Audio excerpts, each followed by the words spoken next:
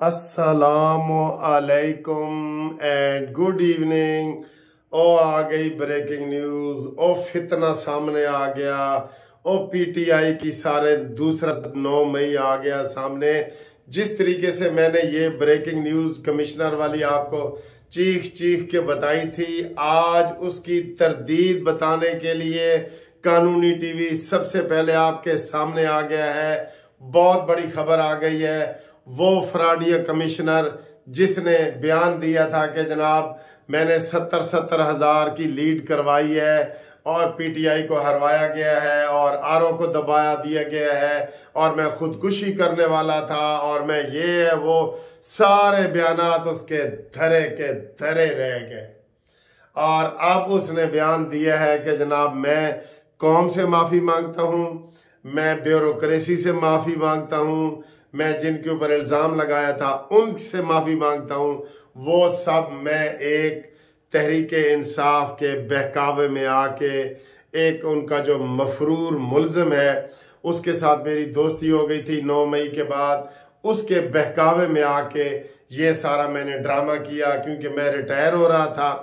मुझे खदशा था, मुझे लालच दी गई कि जनाब जब आप रिटायर होंगे हमारी हुकूमत आएगी तो आपको इंतहाई वीवीआईपी जो है ना वो महकमा देंगे और आपको ओहदा देंगे, जिसकी वजह से मैंने ये सारा ड्रामा किया।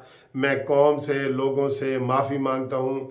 3 सफ़े का सफ़ात, 3 सफ़े का बयान लियाकत अली चट्ठा जी, पिंडी का कमिश्नर लियाकत अली चट्ठा जो 13 दिनों के बाद रिटायर हो गया है, उसने अपना नया बयान दिया है और सारा कच्चा चट्ठा दहशतगर्दों को फितने वाली पार्टी का रख के सामने कर दिया है। अभी कोई कसर बाकी रह गई है? रह गई है कोई कसर बाकी? हम तो पहले दिन से कह रहे हैं कि ये फितना है और इसको आईनी हाथों से इस्तेमाल करो। ये आराम से बाज आने वाला नहीं, फितने की सरकोबी की जाती है। जरा फितने की तारीख पढ़े।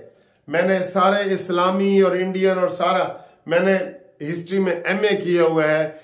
फितने को जो है ना, फितने को खुली छुट्टी नहीं दी जाती कि वो जो मर्जी कराया जाए उसको ऊपर से पकड़ के ऐसे बाहर खींच दे। नहीं, उसको खत्म किया जाता है। ये उसको बिल्कुल खत्म किया जाता है।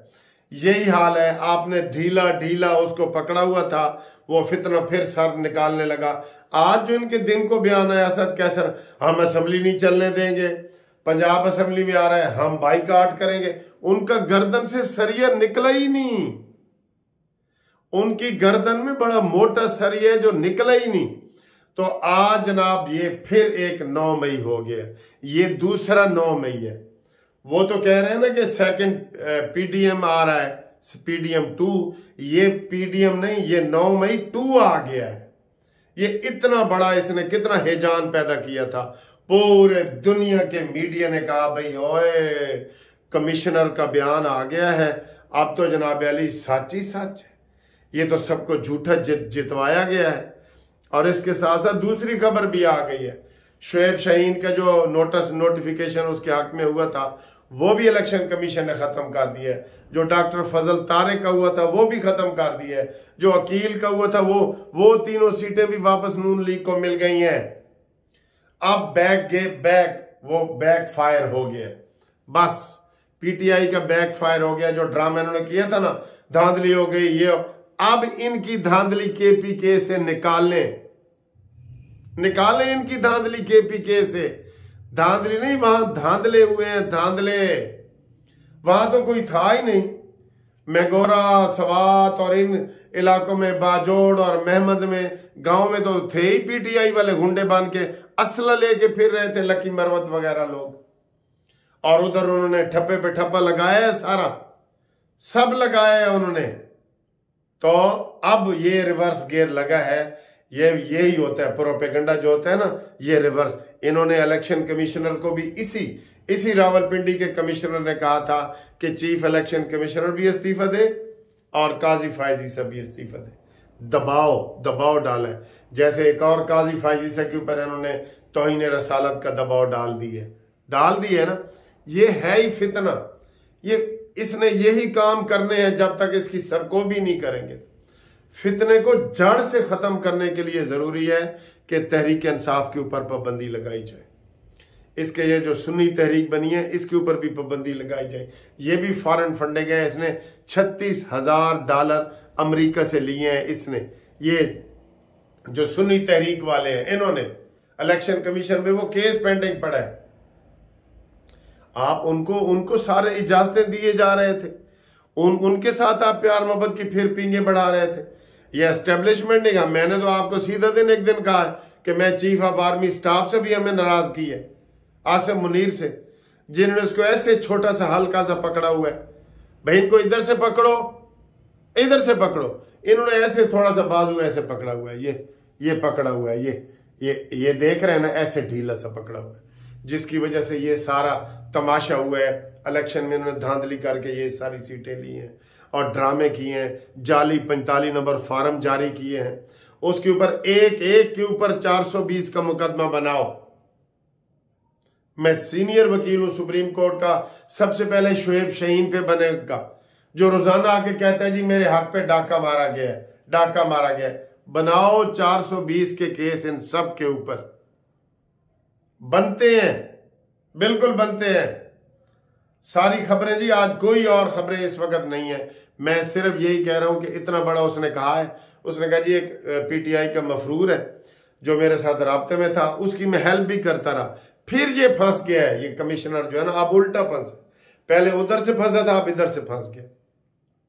इसने कहा जी उसने मुझे लालच दिया हुआ था कि तुम रिटायर तो वैसे ही हो रहे हो, एक जज्बाती प्रेस कॉन्फ्रेंस करो और इनका कच्चा चट्टा निकालो और फिर हमारी हुकूमत आने वाली है, हम आपको वीआईपी ओहदा देंगे।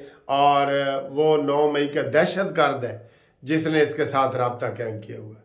पता करो कहीं अमीन गंडापुरी है या मुराद सईद है, ये भी पता करो। वो इंतहा पसंद है, शहरयार अफरीदी भी हो सकता है, मैं आपको बताऊं। और इसके पीछे अली गोहर और शुएब शाहीन भी हो सकते हैं। ये मैंने आपको उस दिन कहा था। कल एक ये सहाफी ने कहा था कि जनाब ये अब मजीद फंसने जा रहे हैं, इनकी जो है ना वो 9 मई 2 होने वाला है, वो हो गया है। कितनी बड़ी बात थी, एक कमिश्नर को वर्गलाया गया है, सारा कुछ उसको लालच दिया गया है। और ये कमिश्नर भी, इसको भी इसने कहा था ना कि मुझे रावलपिंडी के लियाकत चौक में उल्टा लटका दो, इसको लटका दो। वाकई इसने पहले उधर हिजान पैदा की है, आज इधर हिजान पैदा कर रहे हैं। ये इस काबिल है शख्स कि कमिश्नर रहे?